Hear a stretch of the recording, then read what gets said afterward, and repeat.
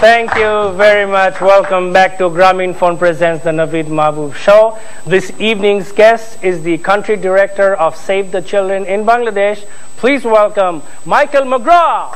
Thank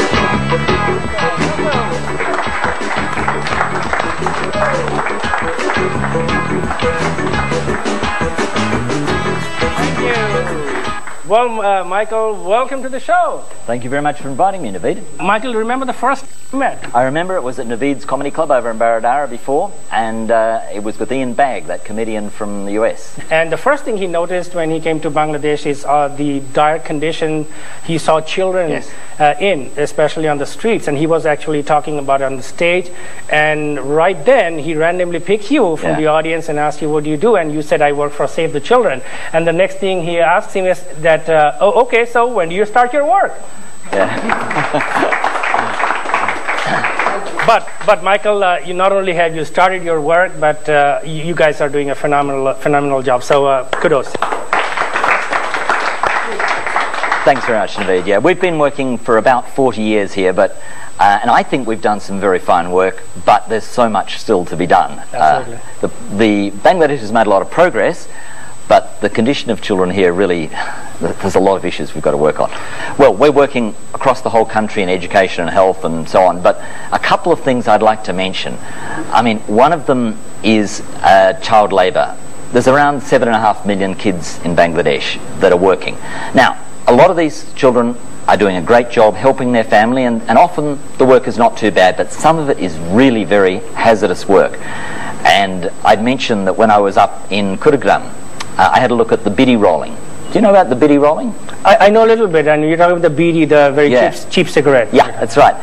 Kids, 8, 9, 10, 11-year-old, spend 10 hours or more a day rolling cigarettes, rolling just the papers. And you see them sitting there, sort of surrounded by the biddies in front of them. They can roll 2,000 to 3,000 per day. And you know how much they get? How much? They get between 12 and 15 taka per day. Oh, wow. So the kid is sitting there, and there's this beautiful girl, Mukta. I still remember her. She's about 10. Great smile, but she's sitting cross-legged the whole day. Now, you know, she's helping her family a bit, but this has got to stop. We've got to stop children spending 10, 11, 12 hours a day. They need to have a life, they need to develop, they need to play, and they need to learn. And they can't learn if they're going to do this. You know, there are solutions to this. It's not like it's hopeless. Apart from stopping this, we've got to help to build the family's income. The parents are letting their children work, not because they don't care for their children, it's because they've got no alternative. Perhaps the father's disabled, perhaps the father may have died, perhaps he doesn't have work. There are solutions. We are working to try and strengthen the household livelihoods, you know, finding jobs, training people, training kids in useful jobs, older children, and there does need to be an improved social safety net, sort of like a mechanism for helping the absolutely most poorest and most vulnerable people in Bangladesh. First of all, you have to recognise that children have a right to express themselves, to develop, to learn. Secondly, you've got to help the families earn enough income so that children don't have to go to work. Third, you've got to get those kids into school, keep them in school, and have them learn useful, helpful things that are going to help them in their later life. You do that, and the children are going to have a good life, and they deserve it. Bangladeshi kids are wonderful. They're absolute joy to work with. Absolutely, and you know, before the show you were showing me the picture of this 10-year-old girl you were talking about. Maybe we should share it with the audience. And when I saw the picture, I mean, it totally blew me away. Look at that. Look at this. This is Mukta. And she's from Kurugram, and you know, you'd think she's suffering. She doesn't suffer. She makes the best of life. She does with what she can. But I have to say, I did meet another child sort of around the corner, and he was about 4 years older, and he'd been working for 4 more years, and all the life was crushed out of him. He was just surviving. You've got to get kids when they're this age and stop them from becoming like that. I'm sure as you go out into the field, you do face other challenges. Yeah, there are challenges. There are, there's districts like Hobbygonge where we work where 40% of the district is flooded during the wet season. You've got to get around. We're trying to provide health services. We have boats, boat clinics that float around and provide services. So there's access challenges. Sometimes you can run into difficulties with local administrations, although I would have to say our relationship with the government of Bangladesh is really excellent. I've worked in many countries around the world, and there are very few where I have had such a strong supportive government as here. That's great. That's very good to know, and I think you were also sharing some very interesting stories about other places you worked at in Africa and other parts of Asia. Yeah, I suppose, for example, I was working, before I came to Bangladesh, I was working in Malawi, and it was the first time I've worked in Africa, and people have a different belief set, that they think about things rather differently. People say in Malawi that 80% of the people are Christian, 20% are Muslim, and 100% believe in witchcraft. And it's just really deeply, deeply ingrained. And I was talking to the Chief Children's Magistrate down in Blantyre, and she was telling me how naughty kids are. You'll get the same thing when you talk to a district magistrate here. But the difference was there, she said, kids are so naughty these days. The other day I had one of them in my court, and I turned around, I turned back again, and he turned himself into a snake and slithered out of the court. When I travel, the first objective is try to know the nuances and culture of that particular country, and second is if I can try and blend in.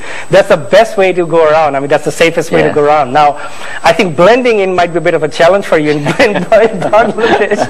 Now, is that something you try to do at least wherever you go? Do a lot of homework on the culture and try to blend in as much as you can. Just show that I'm actually like a local boy. Well, as you say, it's rather difficult for me to blend in. Even in Bangladesh, and certainly if I'm in Africa, I've got the wrong skin colour. So. But first of all, you've got to show respect for people. If you do try to learn a little bit of the local language if you can. I have to admit, I find Bangla really a struggle. It's said to be a beautiful language, but I do find it very complex. And if you can just express a bit of interest in people, as you normally would have, you're talking to people, you ask about their family. You don't just treat them like like a cipher. You've got to treat them as a fellow human being. Right, sounds good. That's leading to a very interesting conversation, Michael. We're going to just go and take a short break. I hope you're not going to go away. No. Because if you go away, we don't have a show anymore. So, having said that, ladies and gentlemen, you're watching Grameenphone presents the Naveed Mahbub show, and reminding you once again that if you are a subscriber of Grameenphone, all you have to do is dial 1234 and you can listen to the audio of this show. And we're going to take a short break, and after the break, we're going to continue talking with Michael Mcgrath from Save the Children. Down the way. Thank you. Thank you very much. Welcome back to Grameenphone presents the Naveed Mahbub show. This evening's guest is the country director of Save the Children, Michael Mcgrath. Michael. Thank you. Thank you for being here. And we were having this very interesting conversation about Save the Children and your experience. Now, I believe you're also working a lot in the child marriage area, right? Would you like to shed some light on that? Absolutely. Bangladesh actually has the highest number of child marriages in the world. The average age of marriage is about 16. That means by 16, half the girls in Bangladesh are married women. Wow. And this is quite serious. It affects everything in their life. A girl who gets married when she's that young, maybe 13, 14 or something like this, she's dropping out of school, so she's not having any more education. She is probably going to have difficulty when she has a baby, because children are not made to have babies that young. The child itself will probably not do too well. She doesn't know how to care for a baby. She's a child herself. Even such marriages, often they end in divorce, because a young girl of 13, there's a difficulty of understanding with a much older husband. So there's so many problems that occur. And really, it's a serious problem, and Bangladesh bans it. It's illegal. No person can get married under the age of 18. We do understand the reasons why girls get married early, why fathers and mothers marry girls early. Because they're often very, very poor. The communities are very conservative. A girl, a 13, 14, 15-year-old girl going to school is going to get harassed, what they call eve teasing, and it will damage her reputation in the community. Maybe she won't be able to get married. Dowry, it's illegal, but it happens everywhere. And the older you are, the more the dowry is. And if you're a poor farmer, you cannot afford to pay a huge dowry. So parents are doing their best. They think they're doing their best for their daughter.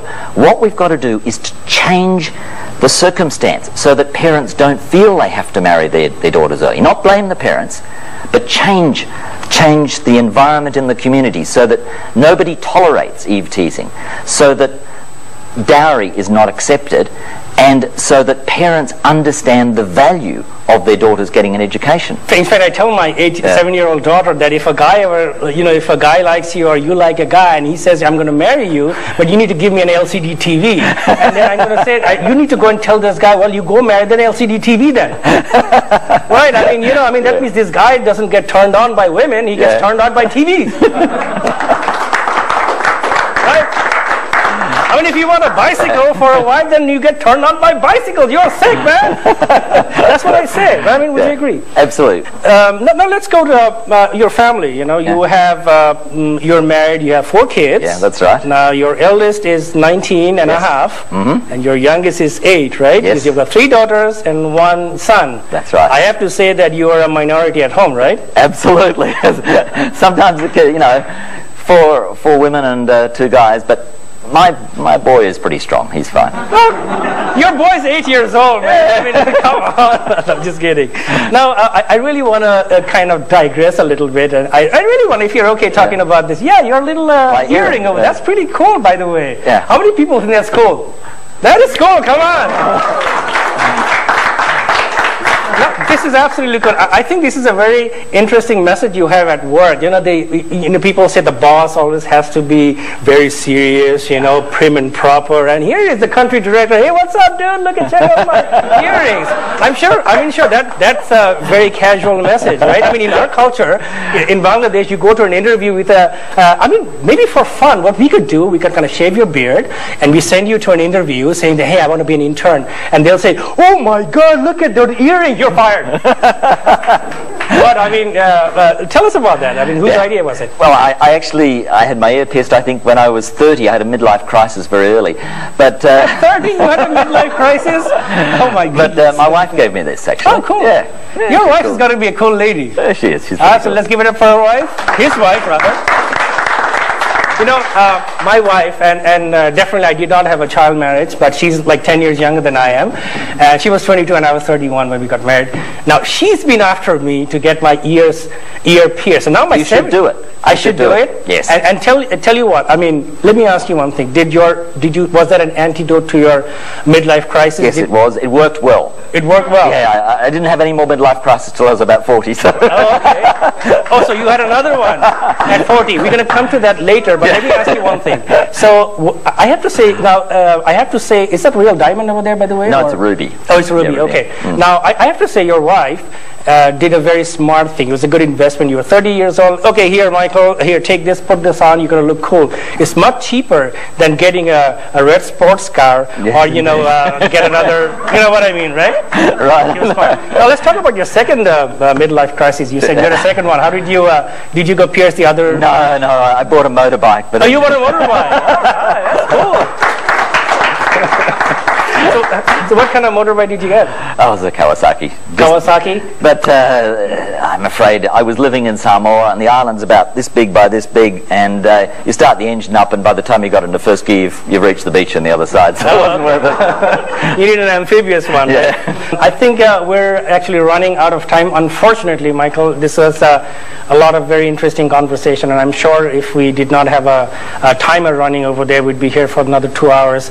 And once again, I really appreciate your for making time to come to my show. I know you're a very busy guy. In fact, you actually took a flight from Cox's Bazar to be here on time. Really appreciate that, Michael, and wish you all the best. And once again, thank you very much on behalf of this whole country for all the great work you're doing. And thank you very much. No, it was a pleasure. Thank you very much. So ladies and gentlemen, we've come to the end of this episode, and our guest once again was he is the country director of Save the Children in Bangladesh, Michael Mcgrath, and hope you enjoyed this show. Once again, reminding that subscribers of Grameen Phone can listen to, and I just heard a phone ring, that was a Grameen Phone, by the way.